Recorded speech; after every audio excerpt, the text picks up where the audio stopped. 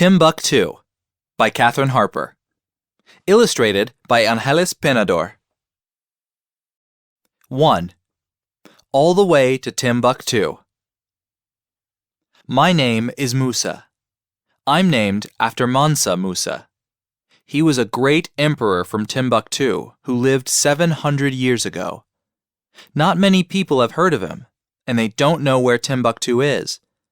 But I know lots about my city. Let me tell you all about it. Timbuktu is a real city in Mali, Africa. It's very old and isolated. Some people think it is a mysterious city full of gold and riches. That was true hundreds of years ago. Then, it was one of the greatest centers of trade, learning, and culture in the world. It's a little different today. Some of the famous buildings of Timbuktu can still be seen today. 2. Where is Timbuktu? Timbuktu is far away from other big towns and cities, but it's easy to find on a map. A writer once said, Timbuktu, where the camel meets the canoe. Timbuktu is far from the ocean, but close to the Niger River. The city is in a country called Mali. 3. The beginning of Timbuktu. People first lived in Timbuktu about 900 years ago. There are many stories told about how Timbuktu came into existence, and not all of them are true. They have become myths and legends. Here is one of the stories. Buktu's Wells. The Tuareg people were nomads. They moved from place to place with their animals and lived in tents that they could easily put up and take down. Buktu was an old Tuareg woman. I'm tired and I'm not traveling in the dry season, said Buktu. I want to find a place to rest with my animals. She went to the Niger River. Ouch! There are too many mosquitoes, she said. I don't want to camp here. She found a place with wells a little distance away. There's lots of water here, she said. That's good for my animals. I'll stay here. She put up her tent and lived by the wells. She took good care of the animals. The water was sweet and good. Her animals were fat and happy. Many caravans came to camp there. The caravans were long lines of animals and people traveling together. They filled up with water and rested. More and more people came to live there. People started to trade at the camp. It grew bigger and bigger. Long after Buktu was gone, her name lived on as the camp was called Timbuktu, or the Well of Buktu. 4. Caravans. I live in a big desert, and there aren't many rivers or oceans that can take us to other places. Today we have aeroplanes, but long ago, people used to travel in caravans over land. Traveling in a big group kept them safe from bandits and thieves. There were great civilizations in many parts of West Africa. They were rich and wanted to trade with other people from places like the Middle East and North Africa. The caravans traveled very far, and the trips took a long time. This was one reason why Timbuktu became so important. With its central location, it was the perfect place for caravans to meet, rest, and trade before moving on to other places. Gold, ivory, ebony, and slaves from the south of Timbuktu were traded for salt and copper from the Sahara Desert. The red lines on this map show some caravan routes. Look at how many of them lead to Timbuktu. 5. Trading. Look at this piece of salt. You probably see salt every day. You eat it every day and don't think about it. But it used to be very precious. Long ago, it was worth almost as much as gold. Traders had a special way of trading salt for gold in ancient Timbuktu. Trading salt for gold. 1.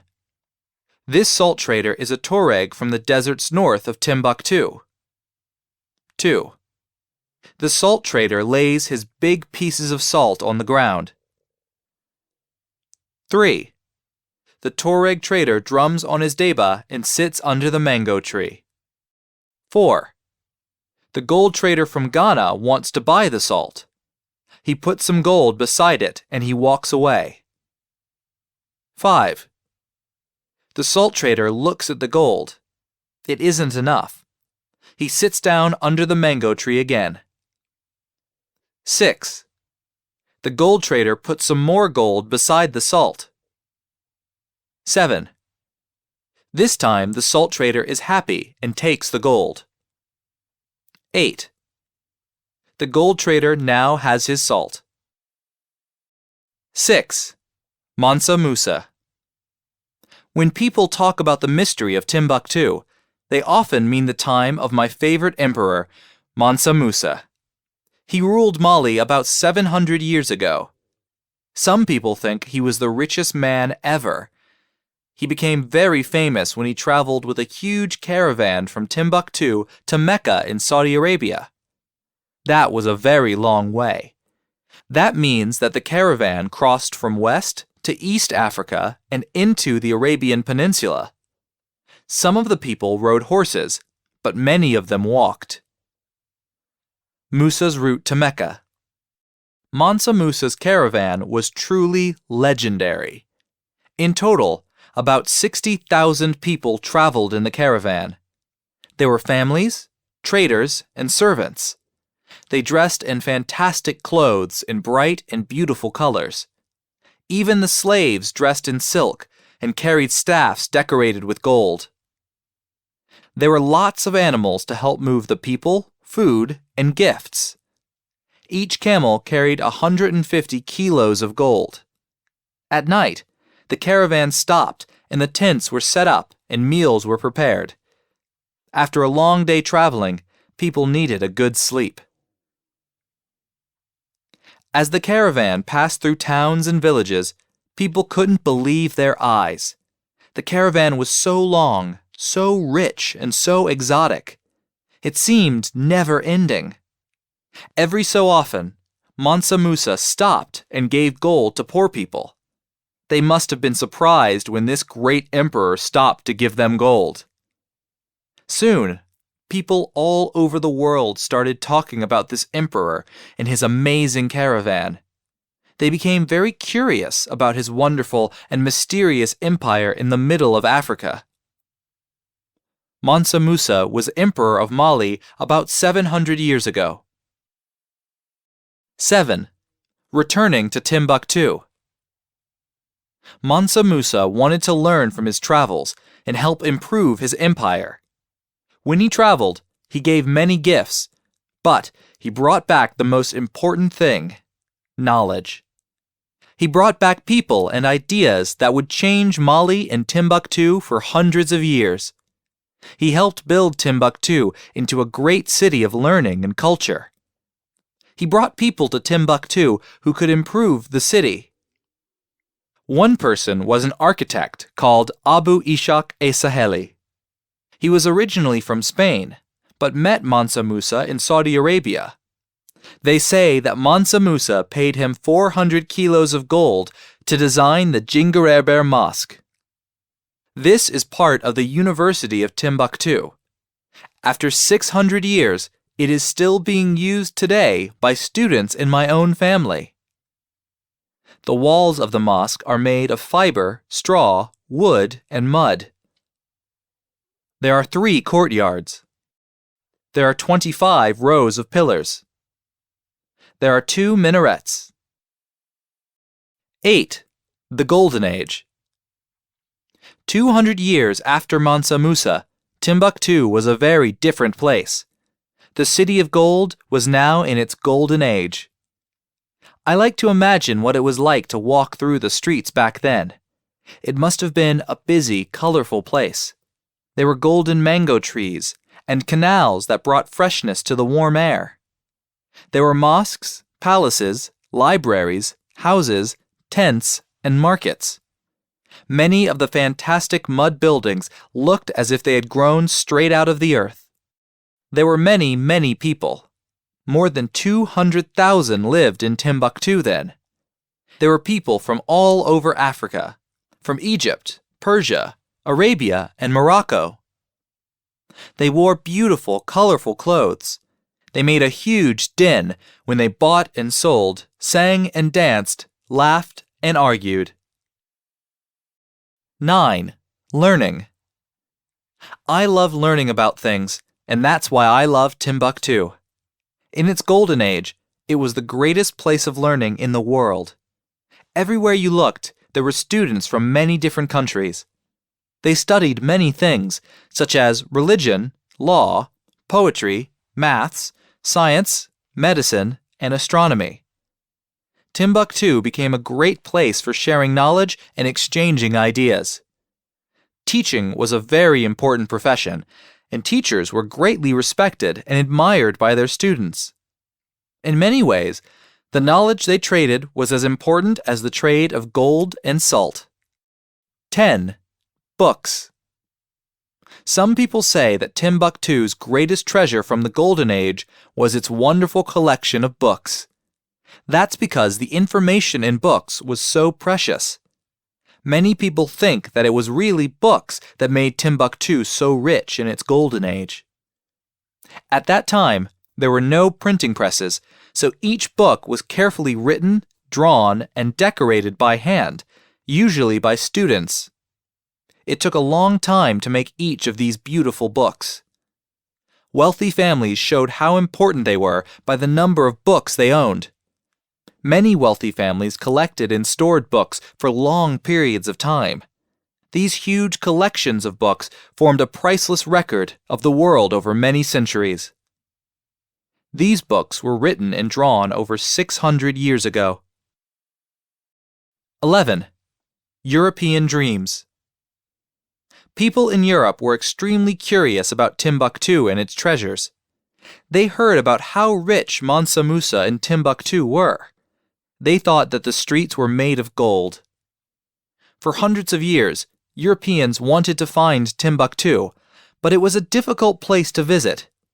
Some explorers took boats to the west coast of Africa, but they often died from tropical diseases. Some tried to travel over the desert, but it was too dangerous. For a long time, Timbuktu remained a mysterious place for them.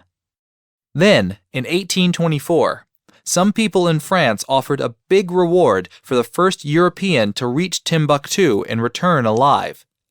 In 1828, René Callier from France traveled to Timbuktu from West Africa with a caravan. He pretended to be Egyptian and was helped by a local family. But Timbuktu was no longer in its golden age.